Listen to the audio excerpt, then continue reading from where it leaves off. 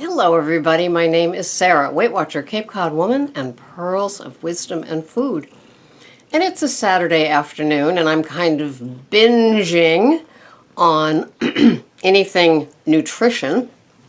And Freddie has been with me the whole time. And this is looking a little, this is my lounging clothes. See anything different?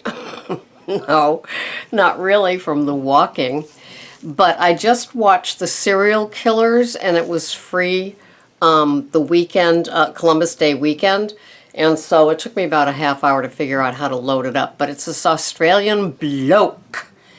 And he decides to go from what they thought, of course, that you should do, especially if you're an endurance trainer, athlete, is to have lots of those high carbs. And he decided to do the high fat and just to do everything. I'm almost at the end, and even though it says serial killers, there's very little about that, but it's just another one of the same high-fat, low-carb promotions, and very interesting people, though, the nurses and the doctors.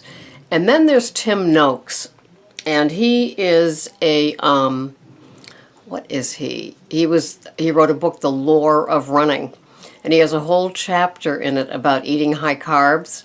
And it was written like 20 or something years ago. And so when they introduce him, he's ripping out that chapter of the high carbs. And he now is a low-carb, high-fat devotee as well. So that's interesting.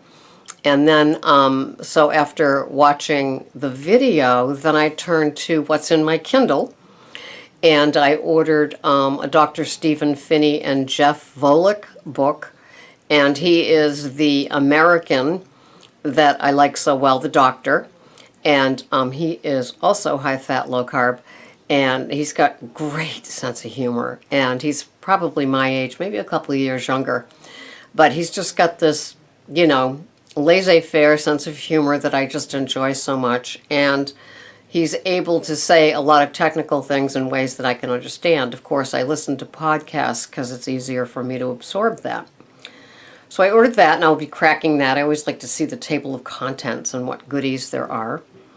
And then the other book that I just, I've had for about a month, and of course, I don't know if you know me or not, but I have a tendency to order the books, put them in Kindle, and then don't read them.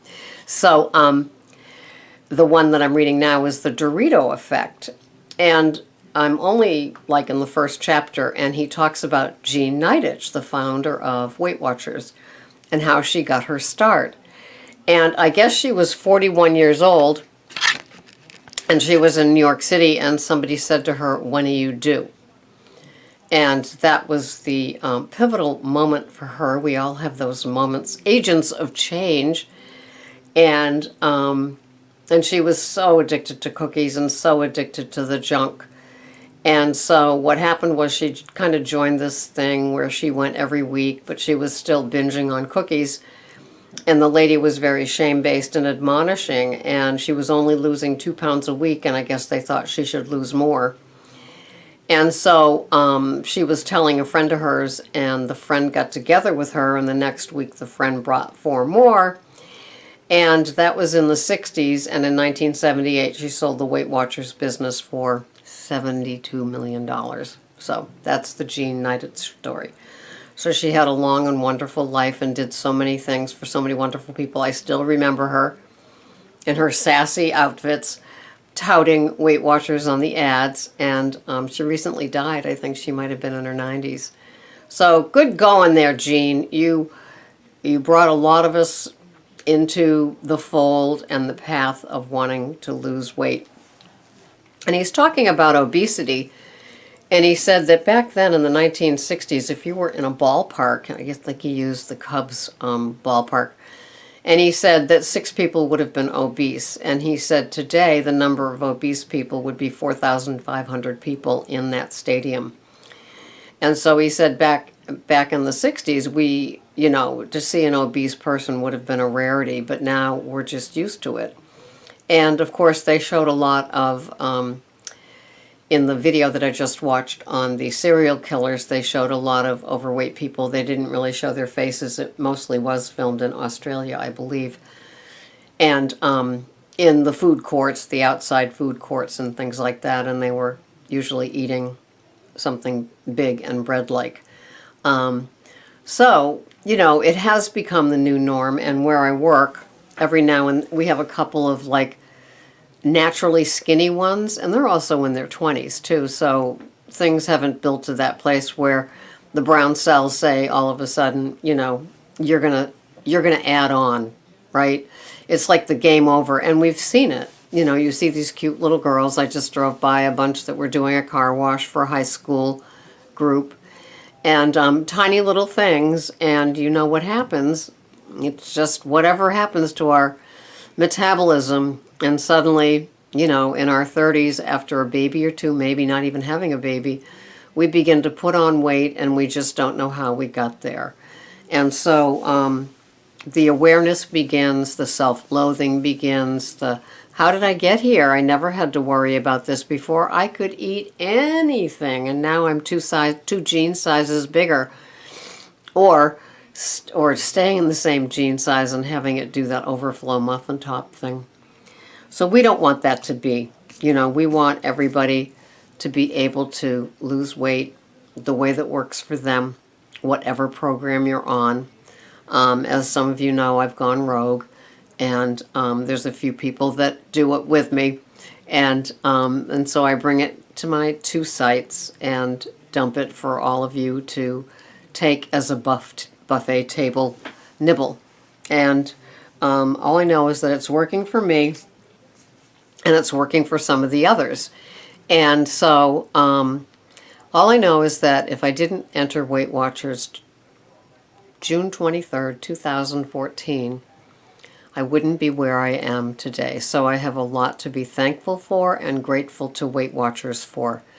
They certainly got me on the disciplined, tracking, structured lifestyle place that I needed to be to get my head under control. And in a lot of my videos, I've always said that my head was the thing that was out of control. I was playing games with myself. I was using, fantasy logic, and it just simply wasn't working. And not unlike a lot of people that drink, probably me too, is that I'll do something about it tomorrow. I'll do something about it after the holidays. I'm not going to do anything about it now. It's a Saturday. It's a long weekend.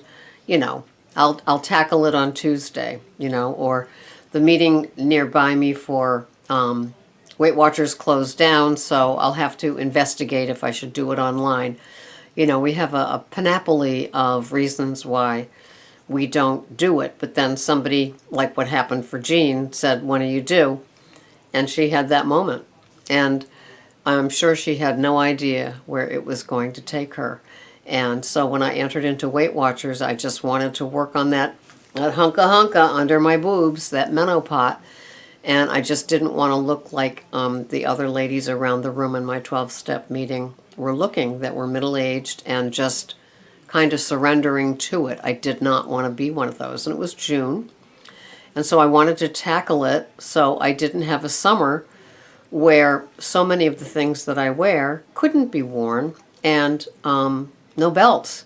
And I love my belts. I am a starchy white shirt, belt, khaki type of person. That's kind of my summer uniform. And I couldn't have worn it without Weight Watchers, so I'm very, very grateful to them.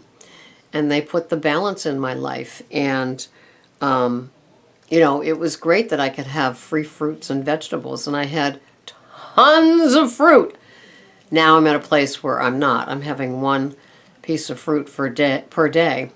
But at that point, they were a blessing. It was the better bad choice, and it wasn't even a bad choice because it was free.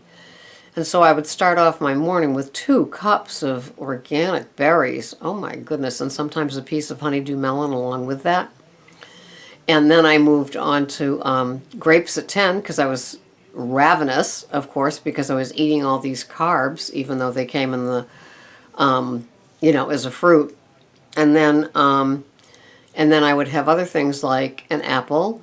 I would have an orange that I would peel slowly. Things like that. I would have the piece of cheese, 3 with a piece of fruit to hold me over. Now I seem to be having more of the 1 tablespoon of the almond butter, and that at 3, and that will hold me over. But so I'm evolving and loving the choices that I am able to make, amazed at it. I'm back eating salads. I had about a month there where I couldn't go near one of my salads, and I did give up the Bolthouse, and I did give up the Califia almond creamer, and I did give up the Almond Breeze almond milk, so now I just buy the Silk coconut milk. Thank you, Dina. And heavy cream in my coffee, because the carrageenan is lurking in those things, and to me it's one of those dubious ingredients. What do I call the dubious ingredients? I call the dubious ingredients something that you can even still find at Whole Foods today, whereas they tout not having artificial this and that or harmful this and that. And there are a lot of places where they say, even Dr. Wheel, the the holistic doctor, talks about it being a dubious ingredient. So that went, and I have also said that as soon as I know that something's in something, I have an aversion to it. I could have been having it for years, but once I find out that something is in it, I develop an aversion. And I'm not sure if eating the high-fat, low-carb, most of the things that I eat are single ingredient.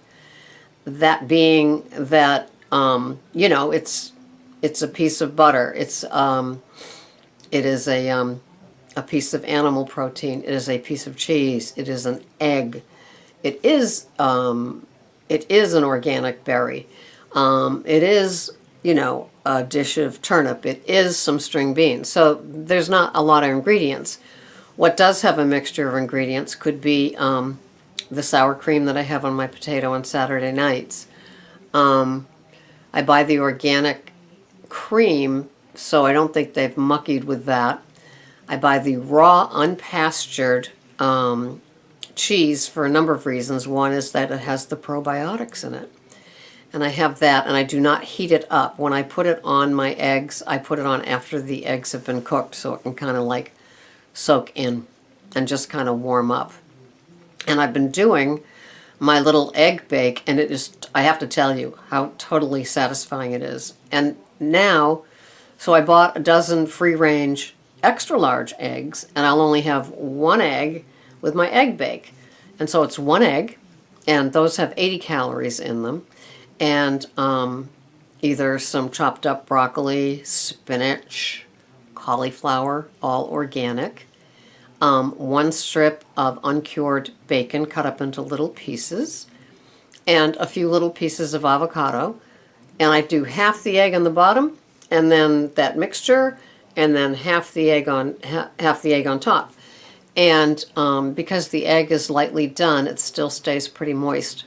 And I would spray whatever your vessel is with a little coconut oil. And I put that in the oven at 195 to 200 for like 20 minutes, and it makes it perfect. It does not dry it out. And then I add the 1/2 ounce to 3/4 of an ounce of raw unpasteurized cheese to it. And I have to tell you, that holds me in an amazing way. And it's only 1 egg. I've not had the extra large eggs. I've only had the large ones that I'm working off of. And I was a 2-egg girl, so I'm happy with the 1 egg, and it holds me, and I'm happy. And so when I have my bulletproof coffee at like between 2 and 3 in the morning, in a perfect world, the next time I'm eating is at 9. And so it's like 18, or it's like, you have to go at least 15 hours to have what they call as an intermittent fast, which is when you begin to teach your body to burn fat and not carbohydrates or sugar. And so anyway, it's just all fascinating, and that's way too technical, and I didn't mean to go there.